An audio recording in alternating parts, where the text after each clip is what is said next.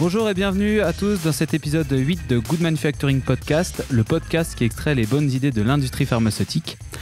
Alors aujourd'hui, épisode particulier car une nouvelle fois, malheureusement, je ne vais pas faire de news. Même si j'aurais pu vous faire une petite rétro news et vous parler d'Emmanuel Charpentier, dont on avait parlé il y a quelques épisodes et qui a eu le prix Nobel de chimie pour la découverte de CRISPR, je préfère qu'on se concentre aujourd'hui sur le sujet. Alors avec moi comme d'habitude, Arnaud. Arnaud, comment ça va ? Salut Paul-Adrien, ça va et toi ? Eh bien écoute, ça va parfaitement bien parce qu'aujourd'hui, ensemble, on va vous parler des déviations.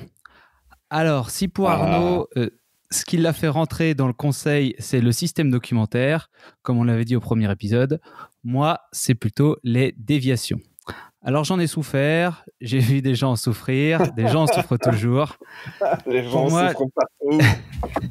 Pour moi, les déviations, c'est le point de bascule de tous les services qualité et même de production entre une bonne journée de travail et la pire journée possible. Elles sont dans nos campagnes, elles sont dans nos villes, les déviations. C'est aussi, quand on y réfléchit, quasiment la cause de tous les déchirements de conscience du qualiticien, pris entre les feux croisés, de la destruction du lot ou partie du lot pour régler facilement l'impact, de la volonté d'en savoir plus et d'améliorer le processus, et des objectifs de rendement et autres TRS qui planent sur les unités de production.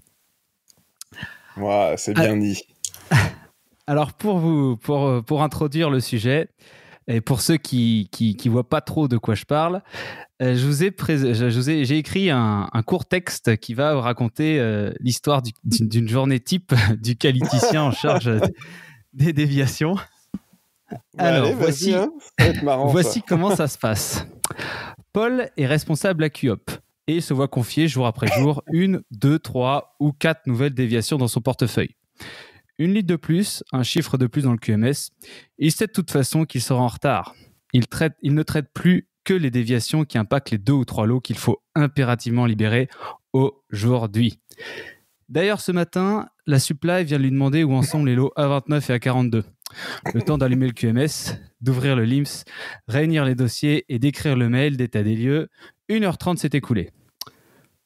Pour un des lots, ça sera simple. Les investigations sont presque terminées. Cependant, pour le A42, c'est une autre histoire. 3 déviations impactent ce lot et une n'est même pas encore commencée. Déjà 28 jours que la fabrication a eu lieu. Après 60 minutes à parcourir le dossier de l'eau, retrouver les annexes, consulter la gestion des paramètres environnementaux, appeler le Sécu, les contours du problème commencent à se dessiner. Il s'avère que seule une partie de l'eau est potentiellement impactée. Mais comme il a trop tardé à s'en rendre compte, le lot est déjà passé en conditionnement. 2 choix s'offrent alors à lui. Réaliser la traçabilité pour identifier le ou les cartons impactés ou faire détruire tout le lot. Il a déjà grillé cette cartouche la semaine dernière et ce lot est très attendu par le client. Paul, résigné, ouvre le RP, localise les palettes et les numéros de cartons impactés en croisant les infos avec les différents dossiers de l'eau. Après un mail bien étoffé pour expliquer à l'entrepôt pourquoi il doit sortir la palette 3 pour qu'il puisse aller retirer les cartons 35, 36 et 37 pour vérifier qu'ils sont bien impactés par le problème et les envoyer en destruction, il est déjà 12h30. Pas de pause déjeuner aujourd'hui, il y a encore du travail. Paul passe sa pause déjeuner à fixer la barre noire clignotante du document Word encore intitulé document 1. Les informations se bousculent dans sa tête. Comment résumer son investigation ? Par où commencer ? Puis finalement il se lance, car il est déjà 13h à sa montre. Il exprime maladroitement ses conclusions en employant autant de jargon technique que possible. Plus ça a l'air compliqué, plus on pensera que c'est complet. Et si un spectateur tombe dessus, on pourra toujours noyer le poisson. 14h30. 14h30. Voilà, c'est fini. Description, impact, tout est OK. Maintenant, les causes. L'opérateur qui était sur l'eau et l'équipe et ne travaille pas cet après-midi. Arf. Bon, de toute façon, Paul se dit que tout s'est passé il y a 28 jours. C'est peu probable que qui que ce soit se rappelle de quelque chose. Allez, Paul passe sur le terrain rapidement. Il aura peut-être une chance de trouver quelques infos. 16h. Paul revient à son bureau après avoir réglé un problème d'IPC non conforme au conditionnement, corrigé un calcul corriger un calcul de NQA en compression et débrouiller une histoire de nettoyage non conforme en fabrication. Il n'a toujours pas plus d'idées que ça sur la cause. Pas le temps de traîner, il utilise le Joker. Erreur humaine doublée avec resensibilisation des opérateurs. Faut bien mettre quelque chose. Faut bien mettre quelque chose et il n'y a plus le temps. L'impact est correctement géré. Il n'y a aucun risque pour le patient. Paul se promet intérieurement qu'il traitera le problème en profondeur la prochaine fois qu'il se représentera. 17h30, la déviation est bouclée. Reste plus qu'à signer les 3 autres investigations terminées en espérant qu'il n'y ait pas d'imprévu et on pourra libérer ces deux lots, se dit Paul. 18h50, ça y est, les deux lots sont libérés. C'est la supply qui va être content. Pendant ce temps-là, dans le bureau de la supply. Bon, pour demain, on attend impérativement les lots A30, A45, A46. Où ils en sont ? Quoi ? Bloqués par la Q ? Bon allez, on envoie un message à Paul pour savoir ce qui bloque. J'espère qu'on pourra les avoir demain. Voilà, Paul, ça a été moi. J'ai certainement eu cette journée. Paul, c'est Paul Adrien en fait. J'ai certainement eu une journée comme celle-ci ou très ressemblante à celle-ci. Du coup, vous avez compris, il est extrêmement facile de tomber dans ce cercle un peu maléfique. Et encore, on n'a pas parlé de toutes les réunions à intervalles courts, de toutes les réunions générales. Enfin, la journée passe aussi vite que ça. Hein. Ouais, non, mais c'est vraiment, exactement, franchement, super ton histoire. C'est mieux qu'une news, là, on s'est marré. Non, c'est tellement ça. Ouais, j'ai l'impression de. Si vous vous êtes reconnu, du terrain, quoi. Que vous avez reconnu, que vous reconnaissez un collègue ou un service, sachez quand même qu'il est possible de s'en sortir. Genre, ça a l'air désespérant comme ça, mais en vrai, on peut s'en sortir. Et avec Arnaud, on va vous donner quelques clés pour se sortir du trou. On va même faire l'autopsie d'une intervention qu'on pourrait faire sur un site qui est dans cette situation. Donc, si ça vous parle, je vous invite à partager ce podcast autour de vous pour qu'on arrive à sortir de cette situation parce que quand on la vit, c'est franchement très, très, très déprimant. Ouais, non, mais c'est clair. Mais c'est vrai que tu disais à juste titre que le sujet qui m'a donné envie de faire du conseil, c'était la documentation, ce qu'on avait vu lors du premier épisode. Et pour autant, les déviations, c'est peut-être le sujet numéro 1 sur lequel, depuis que je fais du conseil, j'interviens en fait. Parce que c'est le sujet qui est le plus douloureux pour tout le monde, pour la libération, pour les gens. Enfin, et c'est vrai que c'est vraiment un sujet important, quoi. Hein. C'est le quotidien, c'est la vie de tous les jours, quoi. Alors, si t'es prêt, je te propose de passer directement au dossier. Allez, c'est parti. Hein. Donc, les déviations. Allez, c'est parti. Le starting block.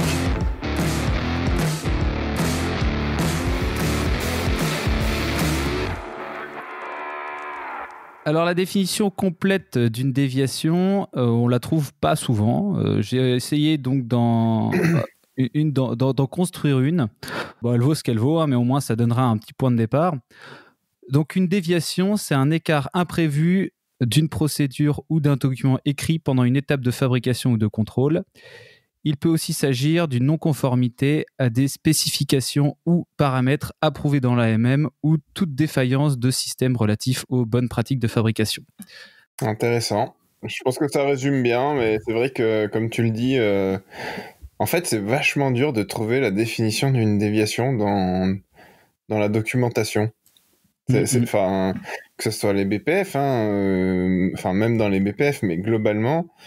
Déjà, c'est un premier point, quoi. C'est vrai que la définition d'une déviation, moi, je me rappelle, quand j'ai fait mes premières missions de conseil sur ce sujet-là, j'avais cherché des éléments là-dessus. Et autant, je me rappelle, pour faire le parallèle avec le change control, j'avais trouvé beaucoup plus d'éléments. Autant sur les déviations, on ne trouvait rien.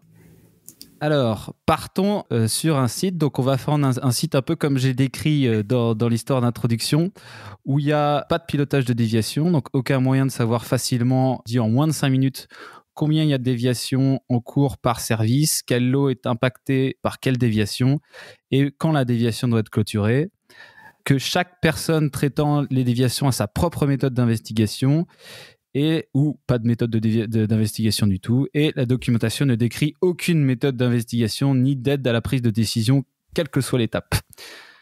Voilà, donc on arrive sur le site. D'après toi, Arnaud, par quoi il faut impérativement commencer ? Bah, tu m'as un peu coupé l'herbe sous le pied, mais moi, la première chose que je vais faire, déjà, je vais aller demander au responsable accueil opérationnel combien il y a de déviations en cours là, tout de suite, maintenant. Là. Et s'il n'a pas la réponse, et toi, t'es sympa, hein, 5 minutes, moi, c'est hop, je me lève, je vais voir un panneau, je sais quoi. Combien il y a de déviations en ce moment en cours? Ça, c'est la clé d'entrée pour savoir, bah, est-ce qu'on est vraiment, enfin, pas pour pouvoir évaluer si on est dans une situation compliquée ou pas. Et du coup, l'autre point, c'est, ok, tu sais combien il y en a maintenant à l'instant T, il y en avait combien hier? Et est-ce que cet encours, il est en train d'augmenter, il est stable ou il est en train de diminuer? Ça, c'est la première question que je vais poser. Parce que, en fait, pour faire simple, un encours qui augmente, donc l'encours, c'est une déviation qui est ouverte et qui n'est pas clôturée, elle est en cours. Et donc un encours, c'est la somme de toutes ces déviations. Et si ton encours, il augmente, très clairement, tu es en train de dériver, mais complètement. Et donc petit à petit, tu glisses de plus en plus dans l'histoire que tu as racontée. Très clairement, Ouais. quand tu es dans un encours qui augmente, tu vas forcément te retrouver de plus en plus à investiguer tes déviations à la dernière minute et de la mauvaise Acculé. manière, et tu es dans le cercle vicieux. Si l'encours il est stable, bah là du coup ça veut dire que c'est intéressant. Ça veut dire qu'il y a peut-être d'autres sujets sur lesquels si je prends encore toujours ton histoire et le contexte que tu m'as décrit, ça veut dire qu'il y a peut-être d'autres sujets qui sont mis de côté et qu'on arrive à stabiliser l'encours à la force de beaucoup d'efforts. Et si l'encours il est en train de diminuer, en règle générale, c'est plutôt bon signe. Donc, pour moi, c'est potentiellement, il y a pas de risque réel. Et en fait, tout le monde suit le délai de clôture des déviations, etc. Mais à partir du moment où tu commences à diminuer ton encours, ton délai, il diminue. C'est mathématique, c'est la mécanique des fluides. Si tu diminues l'encours dans ton tuyau, le débit accélère et donc le délai diminue, quoi. Est-ce que du coup tu pourrais pas diminuer ton encours en relevant ta barre, c'est-à-dire que bah là tu ne traites plus les problèmes les plus insignifiants, enfin ceux qui ont le moins d'importance, et du coup tu ne finis par ouvrir que des déviations de plus en plus critiques en laissant tomber les déviations les plus mineures. Alors c'est une bonne question que tu poses là tout de suite, mais j'aimerais bien qu'on y revienne un peu après, parce que en fait, avant déjà de décider de comment tu vas diminuer ton encours, bah déjà, en fait, il faut comprendre ce qu'il y a dans ton encours, parce que si tu me dis j'ai 30 déviations, c'est bien, mais t'en as 30 qui ont 2 jours, t'en as 30 qui ont 30 jours, t'en as combien qui sont vieilles, combien qui sont jeunes, elles sont à quelle étape, etc. Donc c'est pas suffisant de juste savoir l'encours. Moi, quand je te dis, la première question que je vais aller poser, c'est quel est l'encours, c'est parce que si la personne en face de moi, elle est pas capable de me répondre rapidement, déjà je sais qu'il y a un problème. Ça veut dire que le système, il est pas piloté. Et ensuite, une fois... Comment ? Ça peut être un test pratique pour ceux qui nous écoutent, pour Exactement. voir un peu... Et après, donc la deuxième question, c'est ok, c'est bien. Si la personne elle est capable de me répondre rapidement, c'est ok, c'est bien. Et après, est-ce que cet encours il est en train d'augmenter? Est-ce que en gros de mois en mois ça augmente, ou est-ce que ça stable, ou est-ce que ça diminue? Parce que peut-être qu'il y a effectivement un minimum de suivi où on sait quel est l'encours à l'instant T, mais est-ce qu'on a suivi l'évolution pour pouvoir voir justement cette diminution, etc. Et l'étape d'après, c'est ok, maintenant comment il est composé cet encours? Combien on a de déviations à quelle étape et à quel âge? Parce que tout ça, ça va nous permettre d'identifier justement. En gros, quand tu arrives sur un site comme ça, tu peux être sûr qu'il y a un certain nombre de déviations qui sont vieilles, qui te polluent. Et si tu veux diminuer ton encours, il va falloir que tu fasses des actions coup de poing pour remettre la situation à niveau sans te préoccuper tout de suite de savoir c'est critique, c'est majeur, j'investigue moins ou plus, je mets en place une technique d'investigation plus efficace. La première chose à aller faire, c'est d'aller faire une action coup de poing pour s'attaquer à ce backlog de déviation. Et donc, en fait, une fois que visuellement, tu sais où sont les déviations, à quel endroit, tu vas pouvoir identifier des paquets de déviations et puis tu vas pouvoir traiter des déviations en paquets, quoi. Ouais, typiquement, il y a un sac de déviations qui ont entre 90 et 200 jours. Et c'est là, celles qui sont rattachées pas du tout à des lots, qu'on a complètement oublié parce que justement, elles sont pas rattachées à des lots. Ouais. Non, mais c'est clair. Mais du coup, tu fais des actions là-dessus. Et en plus, tu prends l'exemple extrême. Mais bon, exemple extrême que l'on retrouve quand même assez régulièrement. Voilà, déviation de 90 jours, de 130 jours. Elles n'ont pas été investiguées. En fait, c'est dur à dire. C'est violent ce que je vais dire, mais bah voilà, c'est comme ça. Faut regarder la réalité en face. C'est pas maintenant que vous allez trouver une cause. Et s'il y a eu des impacts, c'est trop tard. Donc, va falloir y aller sur ce genre de déviation. Va pas falloir y aller avec le bistouri, va falloir y aller avec la hache et la machette et tchac, on coupe dans le gros, quoi. Et tant pis. et oui, bien sûr, c'est dur pour un qualiticien de s'entendre dire ça, mais oui, si ces déviations-là, elles sortent en inspection, oui, vous allez vous faire taper sur les doigts. Mais c'est pas maintenant, quand t'as une déviation qui a 90 jours et que t'as pas commencé, que tu vas changer la donne. Enfin, c'est pas de toute manière, tu te feras taper sur les doigts. Donc voilà. Donc autant se dire, ok, je dis pas que tu tires un trait parce qu'il faut quand même y aller avec la hache et la machette. Quand même, ouais. Mais il faut accepter de se dire que celles-là, elles sont de toute manière moins bien traitées.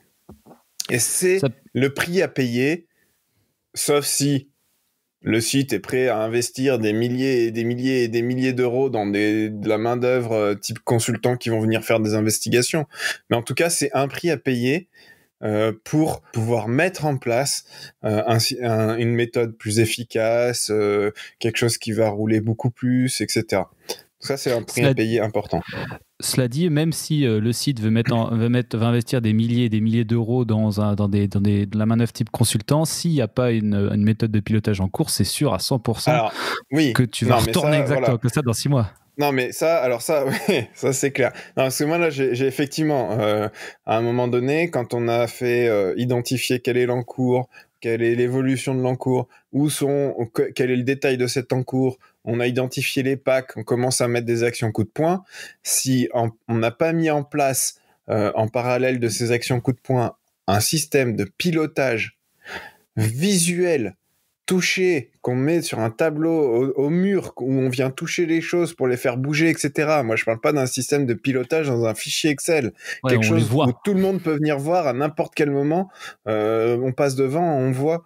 Si on n'a pas mis ça, où on suit tous les jours l'évolution de l'encours, de où sont les déviations, et si on le pilote pas tous les jours, bah, comme tu dis, une fois qu'on aura fait notre action, en fait, on va se retrouver, on va revenir. Ah bah mince, il y en a à nouveau des gros paquets qui sont arrivés et en fait, on fait que des actions coup de poing, action coup de poing, action coup de poing.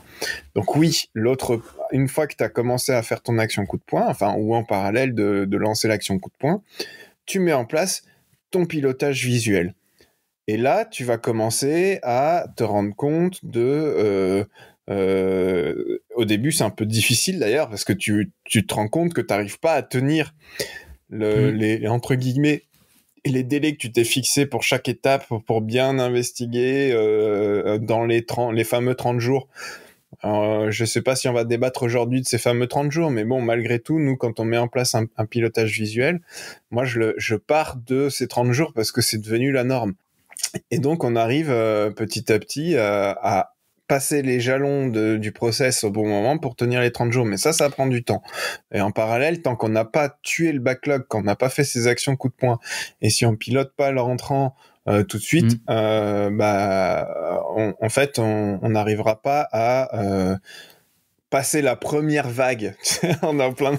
Là, on va prendre l'analogie du coronavirus. Non, mais ceci dit, oui, c'est passer la première vague, quoi. La première vague, c'est le backlog ou la première colline, en fait. La première montagne. Et une fois qu'on a passé cette première montagne, derrière, il y a une autre montagne qui est, OK, maintenant,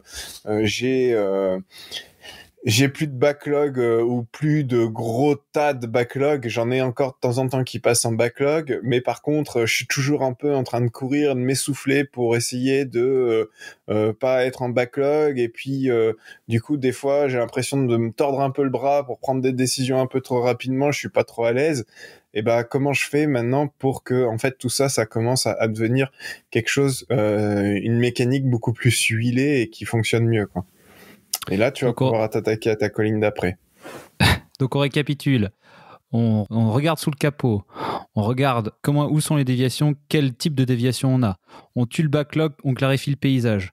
On met en place un pilotage quotidien des déviations. Quotidien, à mon avis, ça c'est visuel, quotidien, physique. Visuel, pas dans un fichier Excel. Physique. Voilà.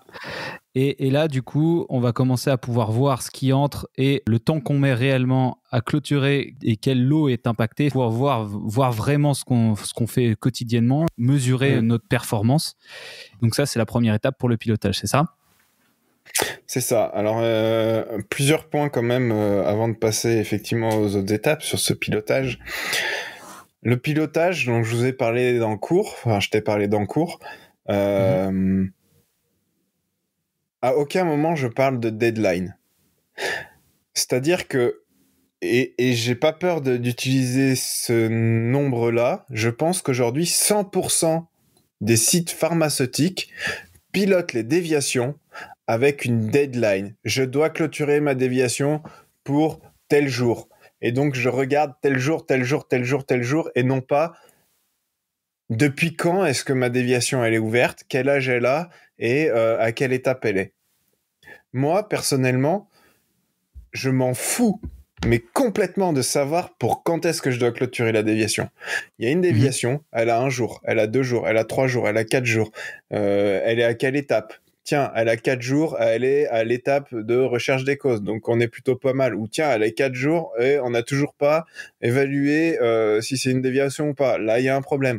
Voilà, ça change tout, parce que quand on commence à penser comme ça, petit à petit, en fait, les deadlines, on va les tenir sans problème. Alors que quand on pense deadline, bon, bah c'est le syndrome de l'étudiant. Bon, allez, c'est bon, elle est pour le 30 novembre, on est le 25, c'est bon, j'ai encore 5 jours.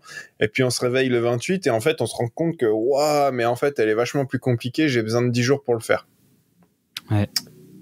Donc, les deadlines, le pilotage, et c'est pour ça que le pilotage visuel, où on bouge les déviations tous les jours, où on voit alors c'est difficile au travers d'un podcast, mais je crois que j'ai une vidéo sur la chaîne YouTube qui présente un peu ça, mais où on voit les déviations qui se déplacent avec je suis dans le vert, je suis dans le jaune, je suis dans le rouge. Quand on a ça, bah là on va pouvoir passer à autre chose que je pense au deadline. En fait, ce que tu es en train de dire, c'est qu'il faut fractionner la vie de la déviation en petites étapes, ces jalons qu'il faut respecter pour que la déviation puisse s'investiguer à un rythme convenable. Ouais, mais toujours sans regarder des deadlines de jalons, mais plutôt en regardant l'âge. Depuis quand est-ce que la déviation elle est ouverte ? Depuis le jour de son ouverture. Tu vois ce que je veux dire ? Donc en 2 jours, tu es censé avoir fini ça. Donc si en 2 jours, tu n'as pas fini ça, il faut se poser la question et aller donner un petit coup de pied dans la fourmilière pour faire avancer. Ouais, enfin c'est même avant, quoi. C'est en fait, et c'est pour ça, quand tu commences à regarder plutôt par l'âge, tu vas pas t'inquiéter de savoir pour quand est-ce que tu dois avoir fini, mais c'est ok. Là, est-ce que c'est commencé ? On en est à cette étape. Est-ce qu'il y a quelque chose de commencé ? Voilà. Et du coup, est-ce que c'est commencé ? Bon, bah très bien. Et là, ok, maintenant, on a avancé. Où on en est, etc. Donc, quand on est en deadline, on n'a pas cette démarche de se poser la question de est-ce que c'est commencé, non pas 2 jours avant, mais 10 jours avant, 20 jours avant. Enfin, tu vois. Et en fait, l'intérêt de ne plus piloter par la deadline, mais plutôt par l'âge depuis ouverture. C'est quoi l'intérêt de faire comme ça ? Eh ben, c'est pour éviter de se retrouver dans la situation où tu commences à investiguer ta déviation, je sais pas, 5 jours avant la clôture, et que tu te rends compte que, en fait, la déviation, elle est plus complexe que ce que tu pensais à investiguer. En fait, il te manque des données, en fait, et du coup, bah, tu dépasses les 30 jours. Tout simplement. C'est vraiment pour éviter ce phénomène-là. De pas se faire surprendre par la charge de travail. Par la complexité de l'investigation à la dernière minute. Ouais. Ok. Plus tôt tu commences à investiguer, donc en pilotant par l'âge, plus tôt tu commences à investiguer, plus tôt tu vas savoir si ça va être une déviation complexe, et donc plus tôt tu vas pouvoir te préparer et tu vois, mettre en place ce qu'il faut pour ne pas dériver et partager ça au point de pilotage, justement. Très bien, très bien. Donc, une fois qu'on a mis ce point de pilotage qui sert justement à pas se faire surprendre. Et aussi à échanger, du coup. Pardon, je te coupe.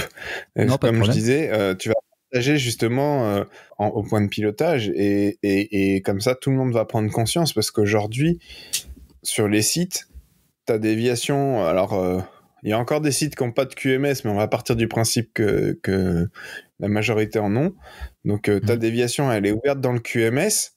À part le gars qui investigue, personne ne s'intéresse à ça. Hein. Personne ne s'intéresse aux déviations. Tant que ça n'arrive pas chez eux avec un petit mail pour dire « Tining, il y a une déviation à approuver » ou « Tining, on a besoin de votre collaboration dans cette déviation ». Et si la personne prend le temps de lire son mail au milieu de ses 300 mails par jour, là, elle va s'intéresser à la déviation. Mais sinon, avec le QMS, personne ne s'intéresse aux déviations en cours. Donc c'est aussi ça l'intérêt du pilotage, et du pilotage visuel, physique, etc. Et qui on mettrait à ce point de pilotage aussi ? Parce que tu dis il faut partager, donc dans l'idéal, qui doit participer à ce point de pilotage ?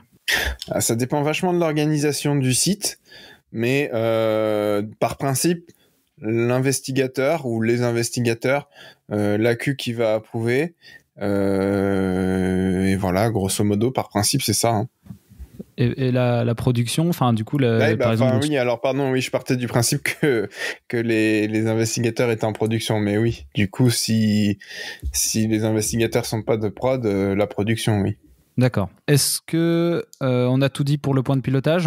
Non, on n'a pas tout dit, mais de toute façon, je pense, mais en tout cas, on essaie d'avancer un petit peu. Oui, pardon, oui. En tout cas, ce qui est sûr, par rapport à ce que je disais juste avant, là, le QMS, c'est un outil de traçabilité et clairement pas de pilotage et de suivi. Ça, faut se le mettre en tête. C'est pour la traçabilité. C'est très bien pour la traçabilité, pour enregistrer tout ce qu'on fait, mais pas pour suivre et piloter. Et d'ailleurs, l'effet pervers du QMS, c'est qu'on ne peut plus perdre les informations. Donc, les vieilles déviations de 900 jours qui peuvent arriver, 900 elles sont jours. toujours là. Ça fait 3 ans, hein, tu sais, ça arrive. Ah, putain. C'est le truc qu'ils ont ouvert par attaché à un lot perdu, et puis justement vu que c'est noyé dans l'ensemble des informations, quand on fait une extraction complète du portefeuille, on retrouve oh là là, elle a été ouverte en 2017. Ouais. Et justement c'est ça le revers de la médaille du QMS, c'est qu'il perd pas la mémoire comparé aux fichiers Excel qu'on pouvait d'une année sur l'autre perdre une partie des informations. Là du coup c'est fini ça. Ouais, complètement. Donc, comment est-ce qu'on peut améliorer notre performance quand on voit justement qu'on dépasse systématiquement nos délais, donc que nos déviations deviennent de plus en plus vieilles sans qu'il y ait toujours rien de fait dessus. Comment est-ce qu'on peut arriver à améliorer tout ça ? Alors, si je peux me permettre, je pense que ta question, elle est mal posée, puisque la réponse à ta question, c'est le pilotage. Désolé. Non, mais comment est-ce qu'on peut faire pour que des déviations ne soient pas commencées à être investiguées plusieurs jours après leur ouverture ? Ça, c'est le pilotage. Par contre, quand tu commences à piloter, il y a un phénomène qui va se passer. C'est que tu vas peut-être commencer plutôt à investiguer, mais si tu pars de travers dès le début, tu passeras toujours plus de 30 jours à investiguer en fait. Et c'est plutôt comment est-ce que tu fais pour bien partir dès le début. Si je peux me permettre de reformuler ta question, bien partir pour pouvoir gagner en efficacité sur tout le reste de ton investigation, et donc de pouvoir avoir des délais plus courts et des causes mieux identifiées. Je peux me permettre de requalifier la question dans ce sens? Allons-y. Bon, alors, c'est pas téléguidé du tout, hein, mais la première chose, avant même de se poser la question de comment est-ce que je vais investiguer, donc pour les investigateurs, la première chose, c'est la collecte des données au moment où c'est produit, où on a constaté la déviation. C'est le QQOQ-CCP. Je vais le redire, le QQOQ-CCP. C'est l'outil, je pense, le plus critique de tout le process. Un formulaire donc de collecte de données sous forme de QQOQ-CCP. Voilà, donc pour quoi, qui, où, quand, comment, combien, pourquoi, hein. Je pense que tout le monde connaît, mais ceci dit, après, la forme qu'il a, c'est un formulaire électronique, c'est un formulaire directement dans le QMS, c'est un formulaire papier, à la limite, ça, c'est pas important. Ce qui est important, c'est que les personnes qui détectent, voient les déviations, et donc, pour faire simple, les opérateurs, ou accompagnés de leur chef d'équipe, soient capables de récolter et au travers de ce formulaire les bonnes informations et correctement. Et ça, oulala, on en est loin. Oulala, on en est loin. Alors, on en est loin, mais ce qui est le plus fou, en fait, c'est que on peut pas attendre des opérateurs de bien collecter avec un QQOQ-CCP quand on voit des fois, et même assez souvent, des managers ou des qualiticiens pas capable de challenger le QQOQ-CCP. Et moi, à chaque fois que j'arrive sur un site, je suis effaré, si je peux dire, ouais. par la difficulté qu'on a à comprendre le quoi, mais juste le quoi du QQOQ-CCP, où les gens, ça devient tout de suite n'importe quoi, en fait. Et donc, la première étape, moi, que je ferai une fois qu'on a commencé à rattraper le retard, le pilotage, etc., si c'est pas déjà fait, si c'est pas déjà en place, et si c'est pas déjà bien fait, c'est mettre en place un formulaire de collecte des QQOQ-CCP et accompagner le terrain à collecter. Dans le remplissage. Et c'est pas... tenez, je vous donne un formulaire QQOQ-CCP, maintenant vous collectez comme ça, et puis quand je reçois le formulaire, je fais « Oh là là, c'est mal rempli ». Non, c'est hop, on met ses chaussures de sécurité, sa blouse, et on va voir le gars et on lui explique. Alors là, tu vois, en fait, le type d'information dont j'ai besoin, c'est ça. Et pendant plusieurs semaines, jusqu'à ce que ça soit au bon niveau, on va sur le terrain. Bon, et quand vous allez voir un peu plus tard, en tout cas quand on déroule la méthode d'investigation, de toute manière, on va aller sur le terrain quand même. Et donc, quand on le fait pour le QQOQ-CCP, pour accompagner le terrain à faire un meilleur QQOQ-CCP, c'est l'occasion d'aller récolter d'autres données. Et au plus vite, donc au plus près de l'événement, pour perdre le moins d'informations possible. T'as bien fait de le rappeler, c'est très important. Le QQOQ-CCP, de toute façon, il doit être renseigné immédiatement quand on a une déviation. Alors, je sais que des fois, c'est compliqué dans des process qu'on peut pas arrêter. Et souvent, on fait l'analogie avec l'automobile où dès qu'il y a un problème, tac, on arrête la ligne et tant qu'il est pas réglé, on démarre pas. Bon, bah, dans la pharma, quand on est en train de faire un mélange, si on arrête la ligne, après, on fout le mélange à la poubelle. Donc, ça marche pas. Mais ceci dit, au plus proche du moment où on a détecté l'événement, il faut collecter les infos avec le QQOQ-CCP. Et dans ce cas-là, si c'est un truc qu'on peut pas arrêter ou l'opérateur il peut pas le voir, il a un chef d'équipe, il appelle son chef d'équipe, le chef d'équipe vient faire le QQOQ-CCP, mais au plus proche. Et si il est mal renseigné sur QQOQ-CCP et que l'investigateur ou le qualiticien, enfin ça dépend de l'organisation, s'en rend compte parce que les QQOQ-CCP ils remontent tous les jours au point de pilotage, et ben c'est pas dans 2 jours ou dans 3 jours que je retourne sur le terrain voir le gars, c'est tout de suite après le point de pilotage. Et du coup, il faut pas avoir peur de faire preuve un peu d'humilité et de se poser la question quand on est un investigateur, de savoir de vraiment prendre ce temps, de se poser la question qu'est-ce que j'ai besoin au plus proche pour faire mon investigation, pour mon assessment de la déviation. Qu'est-ce que j'ai besoin moi et comment dans le monde idéal quelles informations arriveraient à moi. Et donc, c'est cette formation qu'il va falloir transmettre à toutes les personnes qui vont collecter des données. Et ça, c'est un transmettre, long travail. c'est par de l'accompagnement, quoi. Enfin, faut vraiment aller les voir. Ça se fait pas depuis le bureau, ça. À se plaindre, je vais être un peu dur, mais à se plaindre que le QQO QCCP, il est pas bien dans son bureau, non, ça marche pas, quoi. Ça marche pas. Outil nerf de la guerre pour optimiser son temps d'investigation, c'est la collecte des données avec le formulaire, essentiel, quoi. Complètement.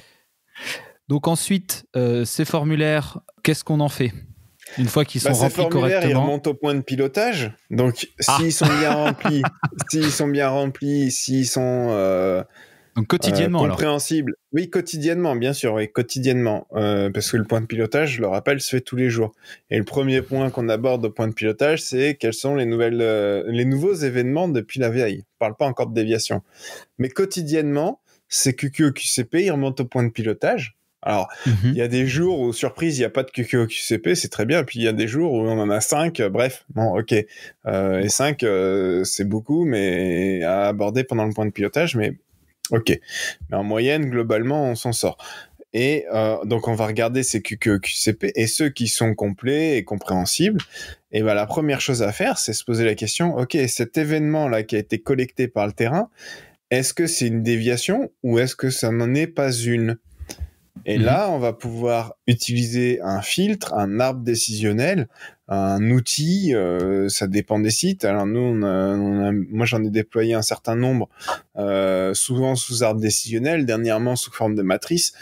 Bref, mais sur la base de plusieurs critères, se poser des questions guidées pour dire c'est une déviation, c'est pas une déviation. Et attention, là, on est en train de le faire au point de pilotage. Donc, il y a plusieurs personnes. C'est une décision collégiale. Même si, au final, c'est la qualité qui va emporter le morceau, si je peux dire comme ça, parce que c'est sa responsabilité. Mais ça reste une discussion collégiale. Alors que quand on dit ce filtre, on le met en place auprès des opérateurs où il y a une personne toute seule dans son bureau qui va décider, là, en fait, on se rend compte qu'en fonction de la personne qui décide, le curseur, il est pas au même niveau. Et quand c'est une décision collégiale, le curseur, il est beaucoup plus homogène d'une décision à l'autre. Ouais, la décision de groupe est toujours plus efficace que la décision seule, de toute façon.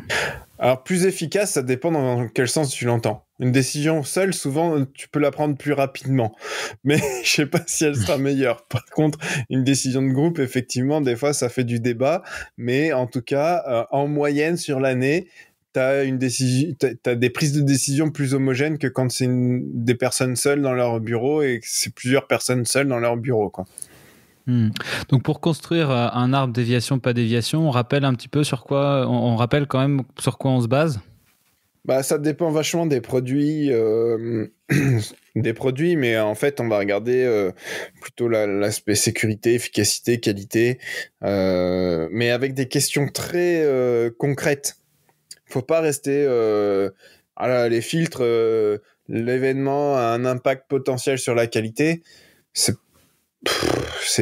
Autant pas faire de filtre, quoi. C'est pas assez concret. Non, du coup, on rentre dans des questions très concrètes et assez simples. De toute façon, donc c'est ça, faut quand même toujours avoir bien en tête sécurité, efficacité et qualité, mais par contre, pour en faire un bon filtre, il faut en faire. Donc on essaye un premier, on va se rendre compte qu'il va pas, on va le changer, etc., etc. Et vu que de toute façon, il y a ce point de pilotage quotidien, et ben des filtres, on va pouvoir en essayer un paquet et tout le monde va avoir un peu son mot à dire sur le filtre, etc. Mais au final, ensemble, vous allez pouvoir construire un filtre bien, quoi. Ouais, et puis en fait, c'est aussi ça l'avantage du point de pilotage collégial, c'est qu'effectivement, si ton filtre il est pas bien, la première version de ton filtre, en fait, collégialement, s'il y a pas trop de personnes qui ont des esprits trop procéduriers, on va pouvoir se dire ouais non mais attends là ok il faut qu'on revoie le filtre mais du coup non ou oui c'est une déviation. Enfin tu vois on peut avoir ce jeu là.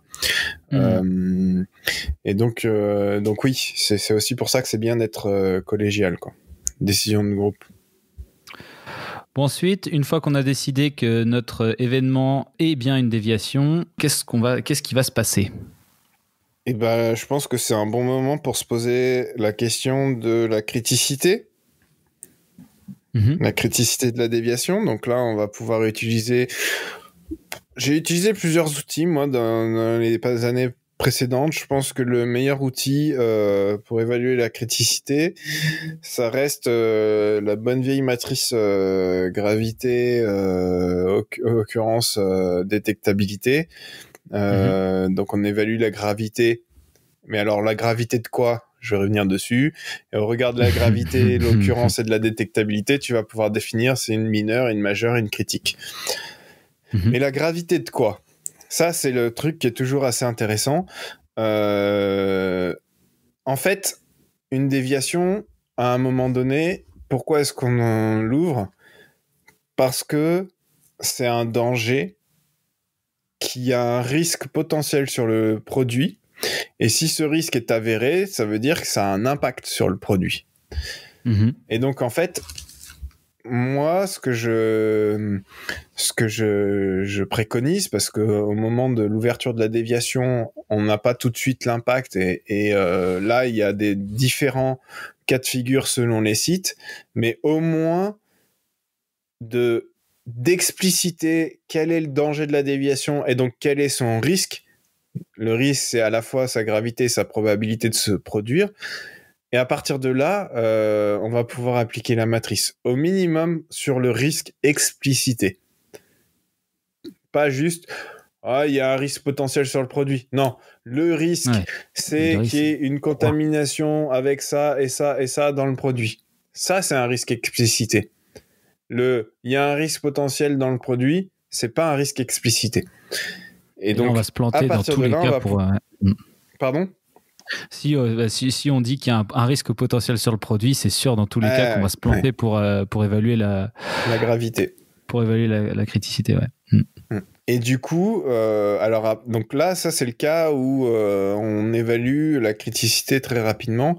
Dans d'autres cas où on se laisse plus de temps, on peut évaluer la criticité par rapport à l'impact, c'est-à-dire que au moment de la découverte du QCP, la Q va dire ok les gars, moi j'ai besoin de telle info pour pouvoir jauger le risque, voir si le risque dont on est en train de parler a eu un impact sur le lot, et ça peut prendre une semaine pour collecter tout ça, et en fonction de ce qu'on a collecté, voir s'il y a eu un vrai impact, ou même des fois au bout d'une semaine on est toujours un peu dans le flou, donc là on parlera du risque, ou alors il n'y a pas d'impact, et dans ce cas-là la gravité va être beaucoup moindre. Et donc à partir de là on va pouvoir avoir la gravité soit du risque soit de l'impact, et en fonction de l'occurrence, donc combien de fois ce même type d'événement s'est produit dans une période donnée, et la détectabilité, est-ce que c'est détecté par un moyen de contrôle en place, est-ce que c'est détecté par hasard, etc. Et ressortir ça, la catégorisation mineur, majeur, critique. Donc avoir un bon outil pratique et relativement complet, ça permet quoi ? Ça permet d'homogénéiser encore une fois la prise de décision sur la criticité. Ça permet de prendre des décisions plus objectives aussi, d'objectiver les décisions. Et ça permet aussi de guider les personnes. Et je prends l'exemple, tu vois, l'occurrence, il faut bien définir en fait ces critères, parce que là on reste vague, gravité, occurrence, détectabilité, mais derrière il faut bien définir plusieurs types. Et je prends l'occurrence, est-ce que un événement qui se produit sur un lot d'un produit qu'on fait tous les 2 ans, est-ce que on peut considérer qu'il est récurrent s'il s'est produit qu'une fois sur l'année en cours, alors que d'autres c'est 3 fois sur l'année en cours. Donc le critère qu'on met derrière l'occurrence, comme derrière la gravité ou la détectabilité, ils sont importants, quoi. Et ça permet, une fois qu'on a des bons critères bien définis, de guider les gens. Et c'est beaucoup plus simple après pour pouvoir définir la criticité des déviations. Et alors, avoir une bonne criticité, ça sert à quoi? Alors ça, c'est une bonne question que tu poses parce qu'en fait, franchement, sur les sites, des fois, on se demande pourquoi est-ce que vous évaluez la criticité de vos déviations? Parce que non, mais c'est vrai, parce que ça soit des mineurs, des majeurs ou des critiques, tu vois aucune différence dans le traitement, tu vois, dans l'investigation, etc. Alors si, quand t'es un site qui fabrique pour des clients, tu vas voir la jauge de les majeurs et les critiques, on les communique à nos clients, les mineurs, non. Ok. Mais dans le traitement, derrière, il y a zéro différence. Non, pour moi, et j'en suis persuadé, la criticité, le niveau de criticité va définir le niveau de profondeur d'investigation. Une critique doit aller s'investiguer beaucoup plus loin qu'une mineure. Une mineure, donc quelque chose qui, on va dire, a peu de gravité, se produit pour la première fois et on est sûr de détecter qu'il se produit à nouveau, on peut se permettre d'aller investiguer un peu moins loin, que le problème revienne peut-être parce qu'on n'a pas mis une bonne capa, etc. C'est pas grave. Et puis si le problème il revient trop, ça va basculer en occurrence et donc là on va commencer à investiguer plus loin. Mais on peut accepter que certains problèmes reviennent pour pouvoir avoir plus d'énergie, plus de force pour aller investiguer les critiques et les majeurs. Et quand tu fais le lien avec ça et le pilotage et notre discussion de tout à l'heure, là tu vas commencer justement à pouvoir sortir 70% de tes déviations, les mineurs, 80% même, tes mineurs, en 10 jours. Et donc là, tu vas alléger ton encours et là, tu vas avoir un huilage qui marche beaucoup mieux. Et concentrer tes efforts sur ce qui est important. Voilà. Et ça, alors il y a un truc quand même, j'aimerais bien partager avec toi. Souvent, quand on me parle de déviation, j'entends cette notion de il y a des causes évidentes. Et on me dit ouais, mais c'est pas vrai parce que des critiques, des fois les causes elles sont évidentes, donc on n'a pas besoin d'investiguer plus loin. C'est pas vrai. Ouais. Je suis pas d'accord. C'est même les causes évidentes derrière, on peut toujours. Franchement, même avec la technique d'investigation qu'on a développée, élémentaire, où on coach des gens, où on va, même les critiques, on pourrait encore aller plus loin. On peut toujours aller plus loin. Toujours. Et ça sert à quoi d'aller plus loin alors ? Il y a un moment où on s'arrête parce que après, il y a un moment où on a un niveau où on peut mettre des actions en place qui sont pertinentes. Mais la cause évidente, c'est pas vrai. Et ça sert à quoi ? Ça sert à aller chercher la racine vraiment du problème. Si on parle de cause racine, c'est pas pour rien. Si on me dit que la cause évidente, c'est... bon, je prends l'exemple de tout à l'heure, c'est l'erreur humaine. Mais non, je suis désolé. Pourquoi est-ce qu'il a fait l'erreur ? Ah, il y a un problème d'organisation. Ils sont pas assez, ils sont trop. Il y a trop de documents, il sait pas. Il y a toujours quelque chose à aller chercher. Donc moi, les causes évidentes, je ne veux pas en entendre parler, quoi. Je n'y crois pas du tout. Par contre, je veux bien entendre de dire oui, mais sur les mineurs, on décide d'aller investiguer moins loin parce que d'une manière, c'est quelque chose qui est moins grave, qui se produit peu et qu'on est sûr de détecter. Ça, du coup, ça vaut pas le coup de passer je sais pas combien d'heures à faire une investigation profonde, exactement, etc. Parce que si jamais elle revient, elle passera avec une criticité plus forte et là, du coup, on fera plus d'investigation dessus. Mais si elle revient pas, il y a de toute façon pas de danger. Exactement. On passe, quoi. Exactement. Et après, y a un autre point qui est clé quand même dans l'investigation. Du coup, une fois qu'on a dit ça, la profondeur. Moi, ce que je vois aussi souvent sur les sites, c'est qu'en fait, les investigateurs, on les forme à des outils dans tous les sens. Le 5M, le 5 pourquoi, l'arbre des causes, etc., etc., etc., etc. Ils ont mais une palanquée d'outils, et puis quand ils sont en face d'une déviation, ils savent jamais par quoi commencer, comment commencer, ils sont perdus, ils sont paumés, quoi. La barre noire clignotante du document Word 1. Non, mais exactement, t'es là, tu fais, mais par quoi je commence ? Et ça, je pense que c'est une clé vraiment de réussite, c'est de se structurer une démarche d'investigation qui soit toujours la même. Et du coup, comme ça, on peut rendre ça homogène d'un investigateur à l'autre. Donc, pour l'approbateur, c'est plus simple parce que ça soit Pierre, Paul ou Jacques, quand il reçoit l'investigation, il a une démarche qui est similaire. Du coup, il rentre plus facilement dans l'investigation, etc. Donc, c'est bien pour l'approbateur. Les investigateurs, du coup, ils sont plus à se poser la question comment j'investigue, mais plutôt à passer leur énergie à investiguer vraiment. Et ça, c'est vraiment la clé de mettre en place une démarche standardisé d'investigation. Toutes mes investigations, je les commence avec un schéma de comparaison des situations. J'en sors une cause primaire. Derrière cette cause primaire, je vais appliquer un cinquième avec un brainstorming d'hypothèses. Derrière, une fois que j'ai les hypothèses retenues, je vais les creuser un niveau plus loin avec encore un brainstorming d'hypothèses, etc., etc. Quels que soient les outils à un moment donné, mais on dit voilà, c'est première étape, c'est ça, deuxième étape, c'est ça, troisième étape, c'est ça. Et c'est pas, quand je commence mon investigation, je peux bien faire autant un cinquième qu'un 5 pourquoi, que... Non, là, moi, ce que je propose, c'est vraiment d'avoir une démarche standardisée. Je suis investigateur, j'ai une nouvelle déviation, voilà ce que je dois faire, je le sais, et donc je passe mon énergie à le faire plutôt qu'à réfléchir à ce que je dois faire. Et ça permet justement de rentrer dans le sujet plus vite. Et si on a une bonne collecte de données à la base, on peut directement commencer par sa méthode et donner sa valeur ajoutée directement là où on en a besoin, quoi. C'est ça, complètement.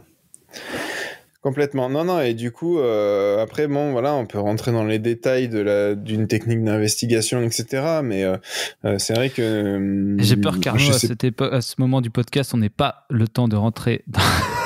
Ouais, voilà. je sais bien. Non, mais après, voilà, c'est vrai que moi, je pourrais en parler des heures de cette technique d'investigation, mais il y a beaucoup de... On fera peut-être un épisode dessus. Méthodes. Comment ? On fera peut-être un épisode dessus. Ok, on fera peut-être un épisode dessus. Mais c'est vrai que voilà, du coup, je dois avouer que la méthode avec le schéma de comparaison des situations, etc., c'est quelque chose qui aujourd'hui, quand on l'apporte à des investigateurs, les sauve. Ouais, je pense qu'on peut dire ça comme ça les sauve en fait, parce que c'est beaucoup plus simple après derrière de dérouler l'investigation, quoi. Et donc, une fois qu'on a déterminé ces causes racines, l'étape suivante logique, c'est...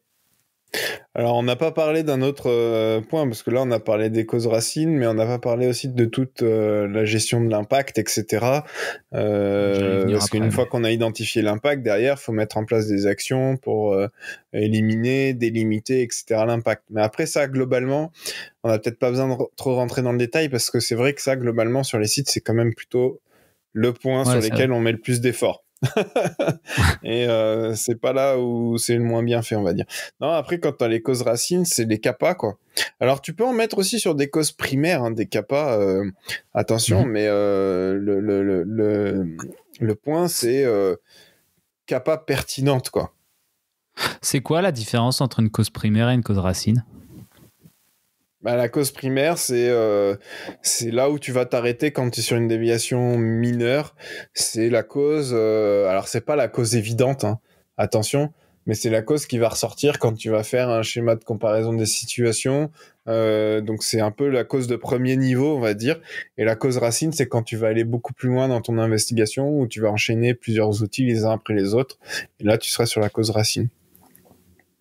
Pour rapidement quand même, parce que je pense qu'on a 5 minutes, on peut expliquer ce que c'est le schéma de comparaison des situations ? Le schéma de comparaison des situations, c'est un outil assez simple. Ça part du principe qu'en fait, 80% des déviations se produisent parce qu'il y a quelque chose qui s'est pas passé comme ça aurait dû se passer à un moment donné. Et donc, ce qu'on va faire, c'est qu'on va aller repartir sur le terrain et discuter avec les opérateurs qui ont détecté la déviation et leur demander de nous expliquer un peu qu'est-ce qui s'est passé. mais vraiment est remonté. Alors ça dépend des déviations, plus ou moins loin, mais on va décrire qu'est-ce qui s'est passé.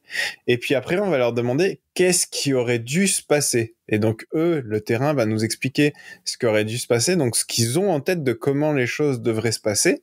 Donc on va pouvoir décrire ça. Et puis nous, après, on va retourner au bureau et regarder un peu la documentation, ce qu'elle dit et ce qu'elle nous explique, qu'est-ce qui aurait dû se passer selon la documentation. Et quand on a ces 3 éléments, qu'est-ce qui s'est passé, qu'est-ce qui aurait dû se passer selon le terrain et qu'est-ce qui aurait dû se passer selon la documentation, eh ben on va pouvoir faire ressortir les différences. Donc on va comparer ces différentes situations et on va faire sortir les différences. Et ces différences-là, en règle générale, c'est là où on a les causes primaires. Et c'est frappant, hein. Quand on fait ça, boum, tout de suite, il y en a une qui s'allume. Ça ressort. Ouais, ça ressort direct. C'est pas évident au début à prendre en main comme outil, mais quand on sait bien le manipuler, c'est extrêmement efficace, quoi. Très bien. Et donc, comme on disait, ensuite, une fois qu'on a établi ou nos causes primaires pour les déviations mineures ou racines pour les déviations majeures et critiques, l'étape suivante logique, c'est donc les CAPA. Bah, les CAPA pertinentes, s'il vous plaît, mais j'en ai marre de voir des CAPA sensibilisation. On va rajouter un contrôle, on va modifier le dossier de l'eau, on va modifier la doc. Ça sert à rien, ça marche pas, vraiment. S'il y a un message à retenir de ce podcast aujourd'hui, ces CAPA-là, ça ne marche pas. Le problème, il revient quand même. Une CAPA pertinente, c'est une CAPA qui va aller s'attaquer déjà à la cause racine. Et alors, comme j'aimerais bien un jour que quelqu'un vienne me montrer une déviation où la cause racine, c'est que le gars, il était pas sensible à ce qu'il était en train de faire. Non, mais voilà. Et du coup, donc après, on pourrait faire tout un podcast sur c'est quoi une CAPA pertinente aussi. Hein. Mais je pense voilà, qu'on il y a plusieurs outils. fera aussi. Ouais, il y a des outils, il y a des approches pour définir des CAPA pertinentes. Il y en a de nombreux, des questions à se poser, des questions des outils comme le 10-10-5 qui permet de se projeter quand on définit une action à qu'est-ce qui se passe dans 10 semaines, dans 10 mois, dans 5 ans, qui permet déjà de s'auto-évaluer sur la pertinence de sa CAPA et on peut vraiment facilement se rendre compte que ça va pas être efficace ou que ça va être efficace, quoi. Petit exercice d'ailleurs pratique pour ceux qui nous écoutent, vous prenez les 5 dernières CAPA qui ont été ouvertes dans votre système et puis vous appliquez ce petit outil dessus pour voir où vous en êtes, pour savoir un petit peu... Comment sera la situation liée à ma déviation dans 10 semaines, 10 mois, 5 ans avec la CAPA que je mets en place. Exactement. Et je suis sûr que c'est bien possible que ça dépasse pas 10 semaines. Ça se reproduit dans 10 semaines. En tout cas, si c'est une resensibilisation ou une modification de la procédure. Ouais, c'est clair. Non, et donc ouais, les CAPA, c'est la clé de voûte aussi, hein, du coup, si on veut réduire les déviations. Mais pas que. Je sais pas combien de temps il nous reste de temps, mais j'aimerais partager un point clé aussi quand même. C'est que globalement, parce que les CAPA, en fait, en 30 jours, et c'est ces fameux 30 jours, moi, ces 30 jours, j'ai beaucoup de mal avec ça. Mais quand on prend les déviations, les problèmes les uns après les autres, en se disant j'ai 30 jours pour investiguer, etc., machin, ce qui se passe, c'est globalement, et même avec une bonne technique, hein, tu vas peut-être passer moins de temps à investiguer tes mineurs, mais globalement, c'est très difficile de prendre du recul sur tes problèmes du quotidien et de passer du temps à traiter les problèmes de fond qui ressortent assez régulièrement dans tes déviations. C'est très difficile. Et en fait, le truc le plus efficace, c'est... oui, il faut faire ces investigations, tu vas sortir des actions. Globalement, avec une bonne technique, tu vas sortir des actions beaucoup plus pertinentes. Mais tu peux pas te passer de ton analyse de récurrence au moins tous les 6 mois. Non, enfin même, non, je dirais tous les 6 mois, parce que si tu l'as fait trop trop fréquemment, tu ressortiras rien. Donc au moins tous les 6 mois, c'est-à-dire faut pas la faire tous les mois, faut la faire tous les 6 mois ou tous les 1 an. Et moi j'aurais tendance à dire plutôt tous les 1 an. Mais et de les faire en rentrant dans le détail. S'il vous plaît, ne mettez pas des cinquièmes, les méthodes, les déviations de méthode, les déviations main-d'œuvre. On peut rien retirer de ça. Non, il faut faire une analyse de récurrence. Ça prend du temps, c'est sûr, mais c'est vraiment important. On va regarder déviation par déviation. On va se reposer les causes. On va regarder les causes et on va ressortir de ça des groupes de causes et donc des groupes de déviation et donc un Pareto des déviations. Et quand on a ça, on a 3 problèmes qui peuvent être intégrés dans notre plan stratégie qualité de l'année d'après avec une vraie démarche de projet derrière pour régler ces problèmes durablement. Vraiment, c'est très important. Et ça, malheureusement, il y a quasiment aucun site qui le fait. C'est fou, hein, mais il y a aucun site qui le fait, ou en tout cas, on le fait parce que ça fait bien de le faire pour les indicateurs, et du coup, on a des analyses 5e de récurrence. Super. On en retire rien du tout de concret. Hein, mais... ouais, non, mais voilà, et on n'en retire rien de concret. Le pauvre Paul, la tête dans le guidon, ne prend pas le temps de faire ça. Ouais, la PQR, le pauvre Paul, lui, c'est une épine de plus dans son pied. Là, il en est loin, là. Ouais. En conclusion, j'aimerais qu'on évoque quand même, voilà, pour tous ceux qui pensent que les déviations sont le problème de la qualité, moi, je suis pas d'accord. C'est un problème global de tout le laboratoire. Parce que du coup, ça va impacter la libération, ça va impacter les lots qui vont aller sur le marché, donc les lots qui vont être vendus, et donc le but du laboratoire, c'est de pouvoir produire des médicaments jusqu'aux patients. Et donc, si les déviations impactent les lots, ça veut dire que déjà, il y a eu des déviations, que ces déviations, grâce au CAPA qu'on va pouvoir mettre en place plus tard, on va les réduire, donc il y en aura de moins en moins. Et le but, c'est aussi d'aider le qualiticien à investiguer sa déviation. Donc, c'est un problème de la production, de la qualité, de la supply, de la maintenance. Tout le monde doit être impliqué autour de ce problème qui est central dans l'industrie pharmaceutique. Je pense que non, mais alors, moi je suis tout à fait d'accord. La déviation, c'est le problème de tout le monde, comme tu le dis. En fait, faut juste avoir conscience, et ça, c'est peut-être plus un message pour un directeur de site. Quand on a des déviations, si on prend la notion de déviation, il y a les risques qualité, il y a les coûts de perte, etc. Mais toute la charge que ça représente aussi, mine de rien, les échanges, les machins, etc. Tout ça, c'est de la charge de tout le monde que ça prend. Et puis, l'autre point, c'est que les déviations, tu sais, c'est comme si tu avais un mur qui commence à moisir. Si tu le traites pas, bah, au bout d'un moment, il y a tout qui s'effondre, quoi. Et quand tu vois des déviations qui reviennent, c'est parce qu'à un moment donné... qui se dérègle. Voilà, c'est ça. C'est à un moment donné, c'est ton processus qui se dérègle. Et ça, du coup... Et toujours pour les directeurs de site, etc., c'est les déviations, je pense que c'est la source numéro 1 de tension entre les équipes sur un site pharmaceutique, hein. Ou pas loin en tout cas, hein. C'est dans le top 3 des sources de tension entre les équipes, quoi. Et un levier extrêmement efficace pour améliorer le TRS aussi. Et un levier efficace pour améliorer le TRS. Non, mais c'est vrai, pour améliorer la performance, ça c'est clair. C'est clair. Voilà, ça a été extrêmement rapide encore une fois. J'ai pas du tout vu le temps passer personnellement. Et moi non plus. On fera certainement d'autres épisodes sur un des sujets similaires où on ira plus au fond des choses sur certaines parties. Donc j'aimerais passer aussi un petit message à nos auditeurs qui nous ont encouragés récemment sur LinkedIn. Ça fait extrêmement plaisir. Merci beaucoup. Ouais, on apprécie vos messages d'encouragement, comme quoi ça vous sert, comme quoi vous apprenez des choses, etc. Ça fait vraiment super plaisir. Donc merci beaucoup à tous de nous supporter et de nous écouter, c'est génial. Et donc Arnaud, où est-ce qu'on peut nous retrouver ?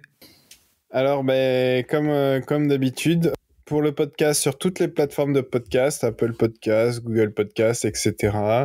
La chaîne YouTube, quelques vidéos en préparation, principalement LinkedIn aussi.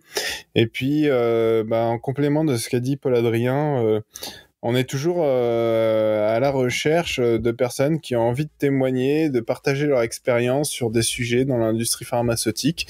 Donc n'hésitez pas, si vous avez envie, vraiment n'hésitez pas, ça sera avec grand plaisir qu'on vous accueillera pour discuter.